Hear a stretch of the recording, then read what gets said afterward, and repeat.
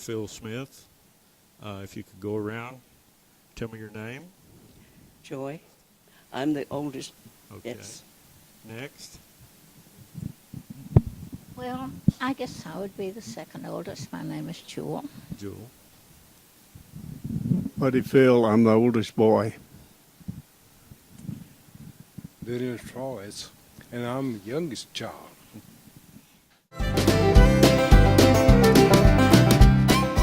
Oh gosh, Dean, there's so many that I can't understand them all. I can't remember them all, but I remember out on the Cap Rock one time, we was working on a windmill for probably Madeline. It was a deep well, and was trying to pull the rods out, but the bottom of the checks wouldn't come. So Dad just took a dozen eggs and broke them and put them in the mill, and they came right out. In retrospect, it was the closest time I spent with my dad. And that was the summer I was probably 15. And I did not want to do what he wanted me to do. I had no talents for this, but he started a sheep shearing crew, a custom sheep shearing crew, and he needed a cook. So I cooked. And if you want to know the true meaning of a chuck wagon, I can give it to you verbatim. Everything has to be stored just right, and everything's cooked on a 2-burner camp stove. You talk to me about camping, forget it. At 15, I didn't like sleeping in a bedroll. I didn't like having to dress in the bedroll. And hunting for a bath was a cattle tank, and hopefully it was one of those nice 6-foot ones that held a lot of water. And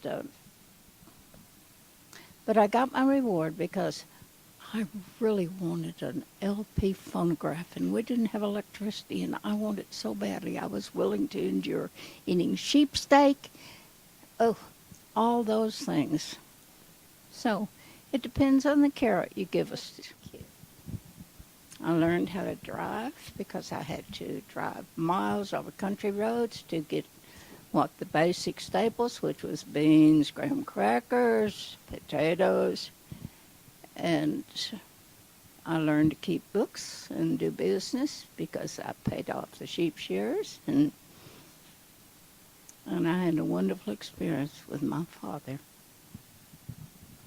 Let me add something to that.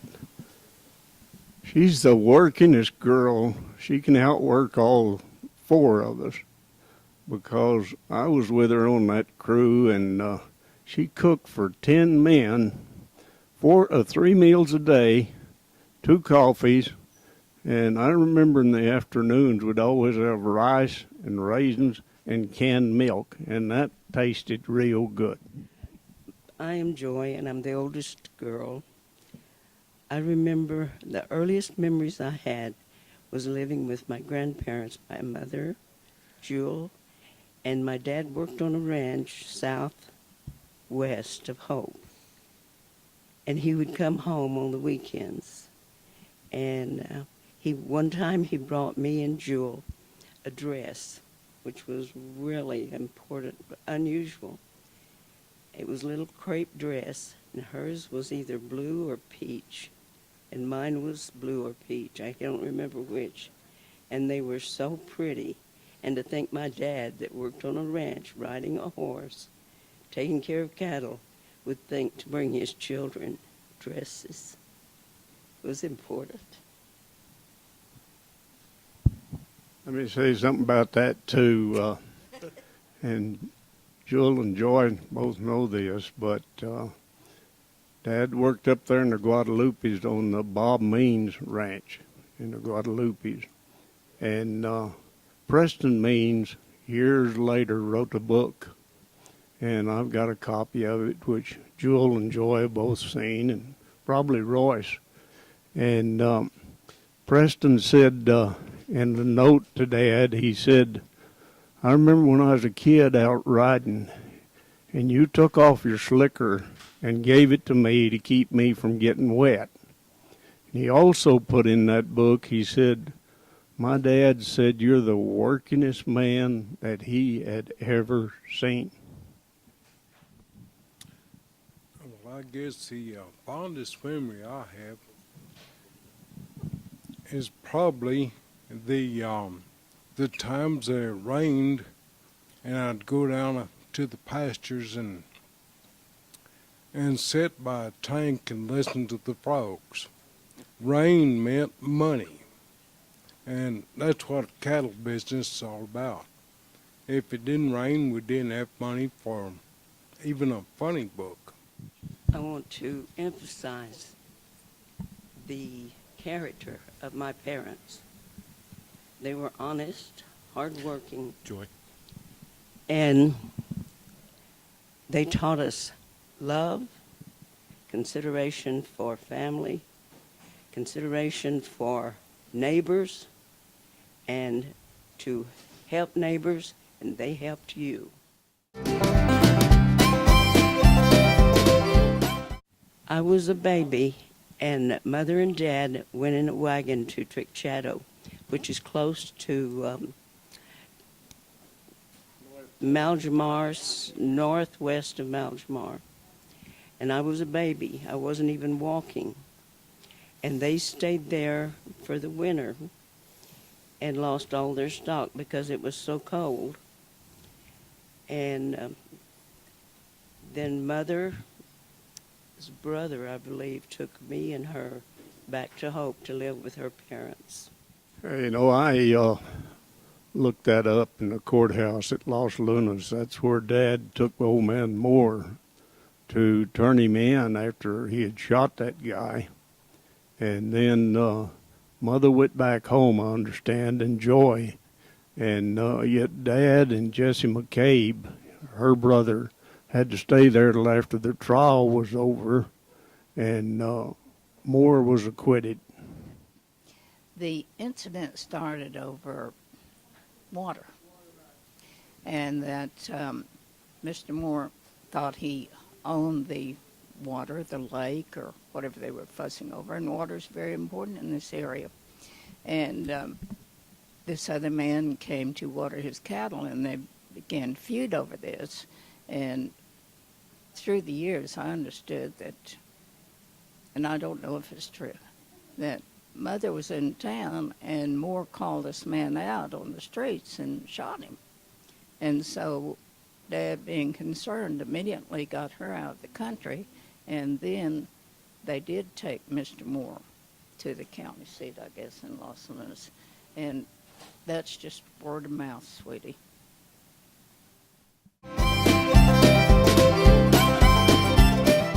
Oh, I was 11, I think. You wasn't born yet. I think I was in first or second grade, and I remember Daddy loaded up a wagon and attached it to a Model A or Model T pickup. And we started out, and I remember we went up Cap Rock, and it was not paved. It was just a little track up, and the back trailer started to turn over, and Dad stopped the car and got out and held that until they could kind of balance it. And then he gave us sardines and crackers for lunch. And that's all my memory. I don't remember getting to the top of the Cap Rock. Well, we did make it to the top, and you were not 11 because I hadn't even started school. Of course, if you're older than I am, you may be. But I remember the incident because Maljamar now and Maljamar then are two different locales, because long ago that highway went around the western edge and made a curve instead of coming up, instead of tunneling through the hill. And I do remember that incident, and it was terrifying. But that was before I started school when we Must moved have out been there. about 3 years old. 3 or 4. Dad started raising sheep when he leased that meddling place east of town, which was in the 50s. 46, right after the war, because we lived in Lovington before that on Avenue B, and he had applied for a job with the Border Service but was turned down.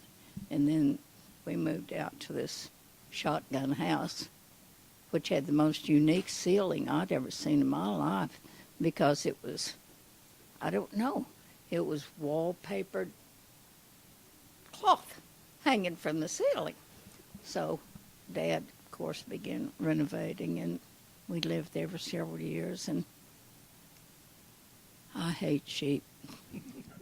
Well, we didn't have electricity till I was in the 11th grade, and I don't know whether you ever had it or not, and we didn't have a phone all the time I was there. Say something here. I remember one time, right after the war, Daddy bought a 48 Ford pickup, and I was riding with Mother, and we was up in the north pasture hunting coyotes, and Daddy was by himself in the old 41 Chevy, and we jumped one, but Daddy didn't see him right then. We took off in that Ford pickup to try to catch him, and Mama couldn't even catch him in that Ford pickup, but Daddy passed us just a flying. He caught the coyote before he went a mile and a half and turned him over with a shotgun. I was terrified with riding with my father because he would look at everywhere but the road.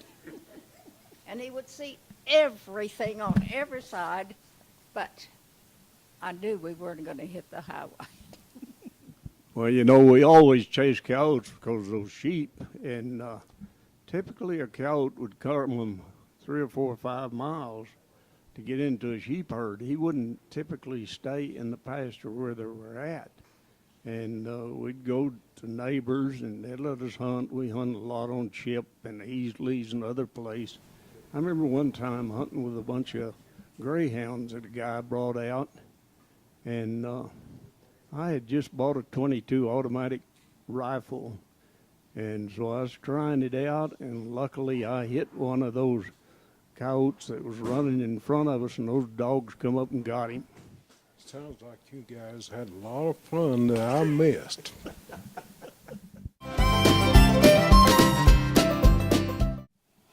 I remember working one time over bunk ships in the wintertime, and we didn't have anything except I had a couple of pair of jeans on, no gloves, and it just pretty cold riding in the wintertime out there.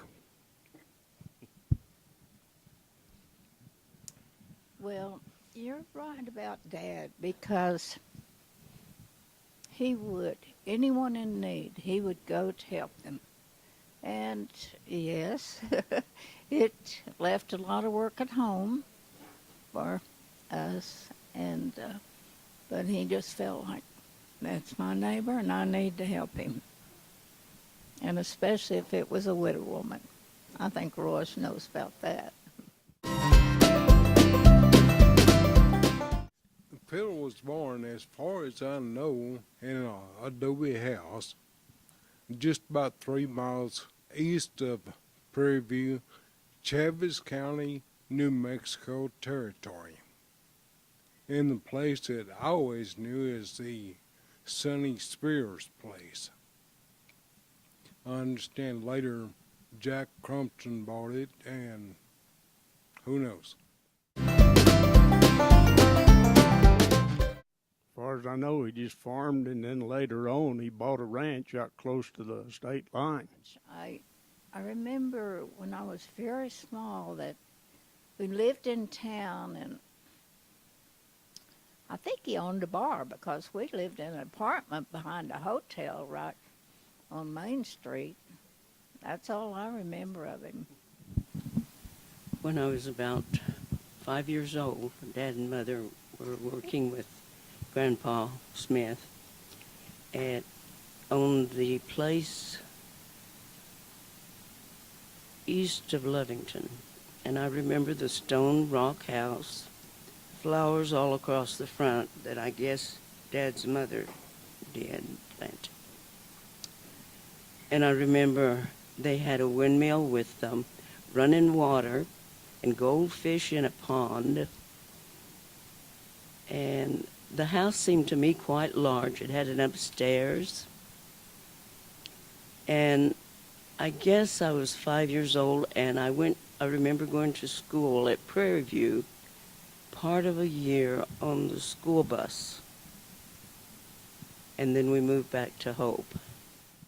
I remember a story I was told, I believe it was in 1933, when Grandma got her skirt caught in a fire from a campfire where she was washing clothes or something, and lived for about 30 or so days before she died, is what I heard. When my dad was living out, I suppose on the old Charlie Miller place that my brother was just talking about, or my sister, close to the state line, he drove a school bus, and he was only 13. And that the other boys that lived out there, that would be Troy Ford, Bill Allen, Babe Priest, J.D. Doran, and who all. If they didn't want to go to school, they would all go to the back of that old Model T touring car, and he'd raise the front wheels off the ground. And of course, Daddy couldn't do anything but stop and let them chunk prairie dogs.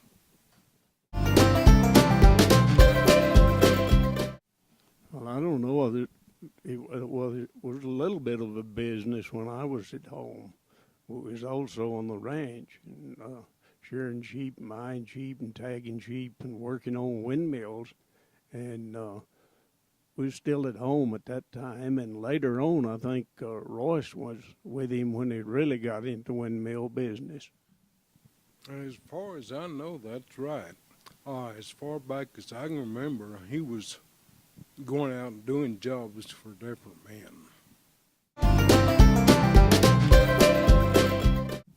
I think there are not very many people as honorable, honest, hardworking, and as good a parents as my brothers and sisters had. I appreciate my parents because they had all of the character qualities that a person should have to be a good person. They were honest, they were fair, they put others first, and above all, they gave us a safe childhood. Okay, so we were protected. We were naive. We were not. They protected us from the world. And I think a parent should do that. Had a great faith. It wasn't a go-to-church faith. It was, they knew who made the world. They knew there was a God. And they lived their faith. And hopefully, maybe they passed some of it on. Dad loved to talk. I remember many a night sitting out in the pickup with a horse in the back of the pickup, and him in there talking to someone. He loved to talk and talking about their faith. I remember going to church many, many times, except maybe quite often we had to work on Sunday, so we didn't get to go then. But we went to church a lot with Mom and Dad. I didn't notice it so much when I was a kid, even though it always happened. After I graduated and got married, I don't think I ever went to his house and found him in the house. He was always out the barn working on something.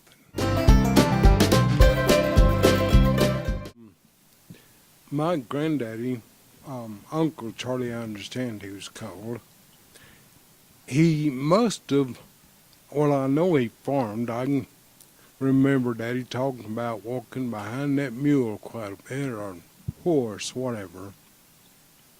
But he must have had sheep, too, because Daddy told me he didn't get an education because every third day was his day to herd sheep. He said he was out in the pasture one time herding sheep way off in Old Town where. And he said there was a storm came in. And he said that was no big problem. There were relinquished houses all over the place. Most of them didn't have windows or doors, but they had roofs. And he said he was in there and it was raining, thundering, hailing, and he was so scared. I remember one time down here at Humboldt City, we were driving a herd of about 500 steers for Bunk Ship, and there was 8 or 10 of us, and we got there nearly to we was on the north side of the highway there, going to cross the highway to the loading pens there at the train stop. And about that time, the train let off a whistle and away the steers went. We did round them up, though. Well, yes, there was work. Work never stopped on the farm, except. And sometimes I thought Mom created work because I didn't think that kitchen needed sweeping, and she always said, grab the broom, sweep the kitchen. And she had another thing about screen doors. And if you don't know what screen doors are, then you haven't lived on a ranch and had flies. But if you slammed the screen door, it was 50 times gently. But she believed in education. And with all that hard work, you did that, but you didn't stay home from school. So if it meant getting up early and when you get to be go milk those cows and get inside and get your shower and catch that bus by 7:30 or 7, I guess, because the thing went all around the county, it seemed. But we didn't miss school. And I think my parents realized that if you're going to learn anything, then you have to get an education and learn by what people have done in the past and profit by it. I remember this was really a traumatic thing for Mom and Dad. They weren't young, but my dad never gave up. And I remember that he had a real hard time with the bank wanting to loan him money for a man that age. But he persuaded them. He found a house. He started from scratch, got a mover, moved the house out there, redone the whole house, started over, and by the time God called him home, it paid for every bit of it. Dad was very talented in many fields, and he built cabinets for Mother. He put down inlaid linoleum that is still just as good as it was when he put it down. He was a good carpenter, a good father, a wonderful. Yeah, he could do almost anything. It means that the pioneers of New Mexico that settled it, worked it, and made a place for future generations to be proud of. That this award, the memories that are made today, will be given to future generations to see how New Mexico was settled and the people who worked to settle it with perseverance, honesty, and hard work, and love and care. I think it's well deserved because I know what my father was, what my brothers and sisters are, and how much it means to them also, and it's just thankful for it. He would have been so proud.